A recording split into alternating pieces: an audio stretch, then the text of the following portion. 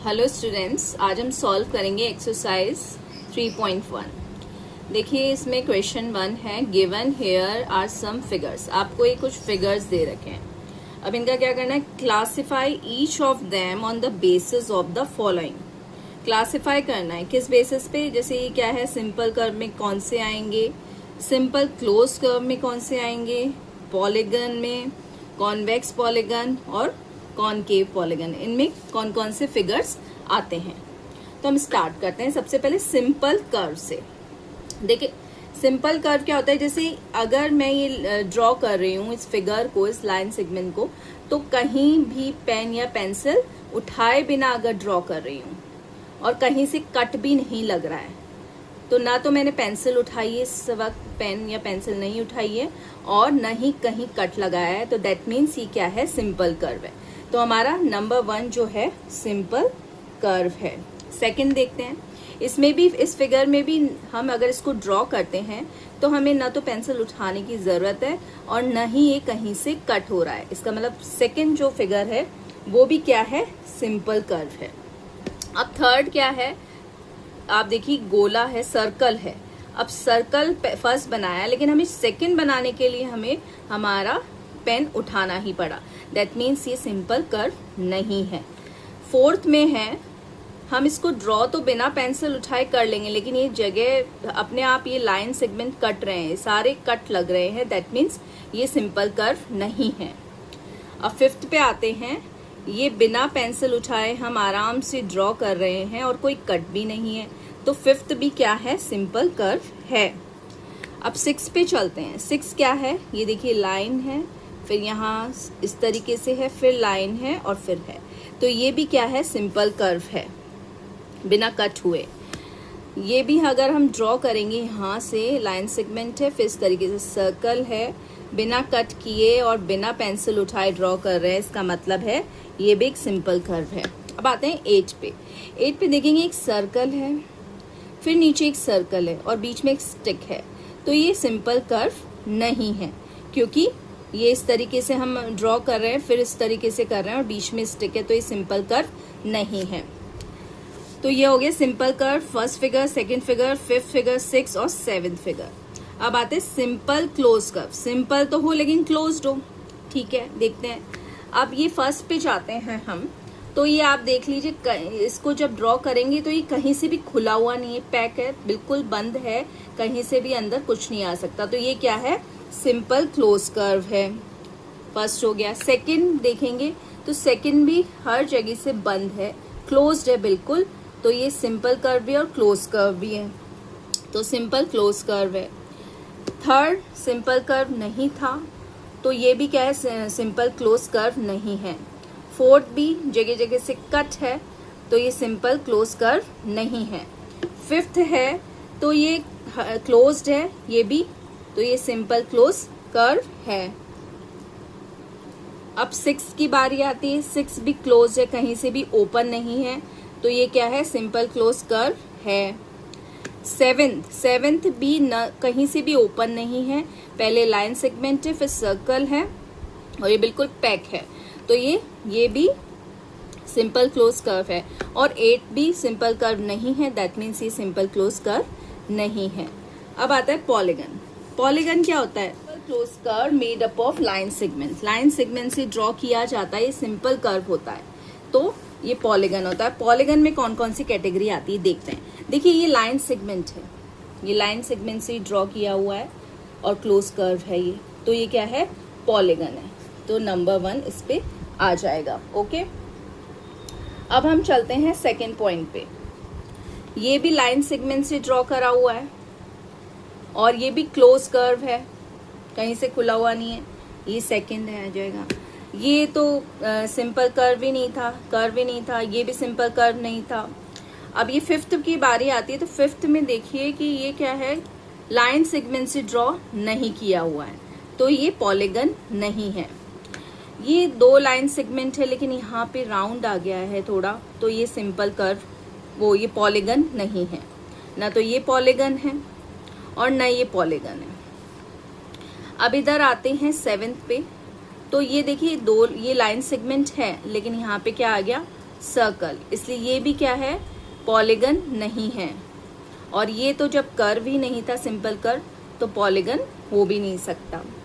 तो फर्स्ट और सेकंड जो है ये है पॉलीगन, जो सिंपल जो लाइन सेगमेंट से ड्रॉ होते हैं और क्लोज कर्व होते हैं। अब है कॉन्वेक्स पॉलीगन और कॉनकेव पॉलीगन।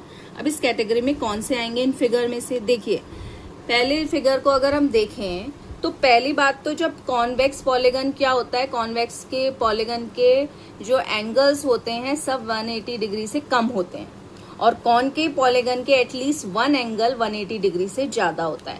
तो अब हम देखते हैं इसमें क्या क्या है कि देखिए, ये 180 डिग्री से कम है, ये 180 डिग्री से कम है, ये 180 डिग्री से कम है, और ये 180 डिग्री से कम है। लेकिन जो है अगर इसको बढ़ाएं, इस लाइन को हम बढ़ाते हैं तो यहाँ पे 180 डिग्री का एंगल बनता है। और अगर ये 180 डिग्री का हो गया, लेकिन जो बाकी और बढ़ेगा, रिफ्लेक्स एंगल जो पूरा बन जाएगा, जो और बढ़ेगा, ये क्या होगा, 180 डिग्री से ज्यादा होगा। इस लाइन को मैंने इस तरीके से बढ़ा दिया, देखिए, तो यहाँ पे तो 180 डिग्री का एंगल बन गया, लेकिन इससे जो ज्यादा आगे बढ़ेगा वो क्या होगा, 180 डिग्री से ज्यादा होगा। यानी ये कौन से, एक केव की तरह शेप है, जैसे कि हमने पहले डिस्कस भी किया था कि एक तरीके से केव की, गुफा की जैसी शेप दिख रही है। तो ये क्या होगा, किस कैटेगरी में जाएगा, कॉनकेव पॉलीगन में। तो ये फर्स्ट नंबर वाला जो है कॉनकेव पॉलीगन में है। अब और देखते हैं, सेकंड जो है ये पॉलीगन है, तो इसमें क्या है, ये सारे एंगल्स में 180 डिग्री से कम है, ये भी 180 डिग्री से कम है, ये भी 180 डिग्री से कम है, और ये भी 180 डिग्री से कम है। हमें कोई केव जैसी शेप में नहीं दिख रही है। तो ये क्या है, कॉन्वेक्स पॉलीगन, सेकंड नंबर का। और दो ही पॉलीगन थे, फर्स्ट फिगर और सेकंड फिगर, तो यानी कॉन्वेक्स तो जो है सेकंड नंबर का फिगर है और कॉनकेव फर्स्ट फिगर। अब क्वेश्चन 2 सॉल्व करेंगे। देखिए, what is a regular polygon. पहली बात तो इसको समझिए, रेगुलर पॉलीगन होता क्या है। एक जो पॉलीगन होता है, जिस पॉलीगन की साइड्स भी इक्वल होती है और उसके एंगल्स भी इक्वल आते हैं, यानी अगर हम उनकी पॉलीगन की साइड्स को मेजर करें तो सारी साइड्स का जो मेजरमेंट है वो इक्वल आता है, लेंथ उनकी इक्वल आती है। और अगर हम एंगल्स को मेजर करें तो उन एंगल्स का जो मेजरमेंट है वो इक्वल आएगा। यानी कि इसका जो आंसर होगा, आंसर 2 जो लिखा जाएगा वो होगा a polygon with equal sides, और क्या, इक्वल साइड्स हो गया, और क्या होता है, एंड इक्वल एंगल्स। तो polygon with equal sides and equal angles क्या होता है, रेगुलर पॉलीगन। रेगुलर पॉलीगन क्या होता है, a polygon with equal sides and equal angles. अब हम चलते हैं, दूसरी जो चीज है, state the name of a regular polygon. State the name, अच्छा मैं आपको ये जो polygon with equal sides and equal angles जो है एक डायग्राम से समझा देती हूँ। देखिए, जैसे स्क्वायर है, हमने एक स्क्वायर ड्रॉ किया इस तरीके से, तो इसमें क्या होगा, जो भी ये साइड्स हैं इनका जो मेजरमेंट आना चाहिए वो इक्वल आना चाहिए, ठीक है। और जो एंगल्स हैं वो सब इक्वल आनी चाहिए, यानी स्क्वायर के 90 डिग्री के आनी चाहिए। तो ये क्या हो गया, रेगुलर पॉलीगन। अब चलते हैं, state the name of a regular polygon of 3 sides. अब 3 साइड्स का क्या होता है, 3 साइड्स का तो एक ट्राइंगल होगा। अब रेगुलर में है, तो अगर रेगुलर में है यानी उसकी तीनों साइड्स इक्वल है, उसके तीनों एंगल्स इक्वल है, तो जो रेगुलर ट्राइंगल होता है पॉलीगन का उसे क्या बोलते हैं, इक्विलेटरल ट्राइंगल। उसे क्या बोलते हैं, इक्विलेटरल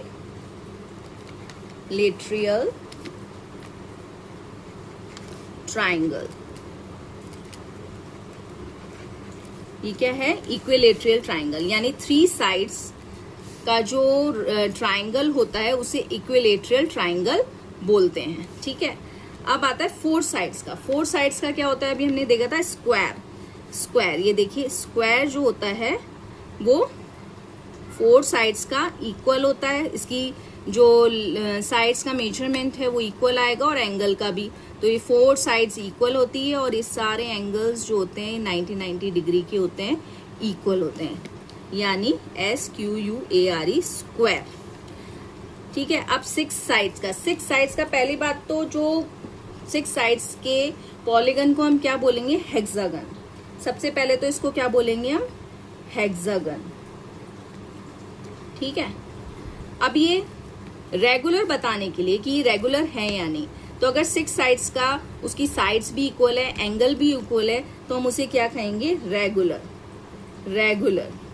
रेगुलर पॉलीगन कहेंगे। इसे ऐसे स्पेसिफिक नाम नहीं है, जैसे इसका ट्रायंगल का नाम है इक्विलेटरल एंगल और स्क्वायर जो 4 साइड्स का है, वैसे हेक्सागन का कोई स्पेसिफिक नेम नहीं है, इसलिए इसके आगे क्या लगा देंगे, रेगुलर हेक्सागन।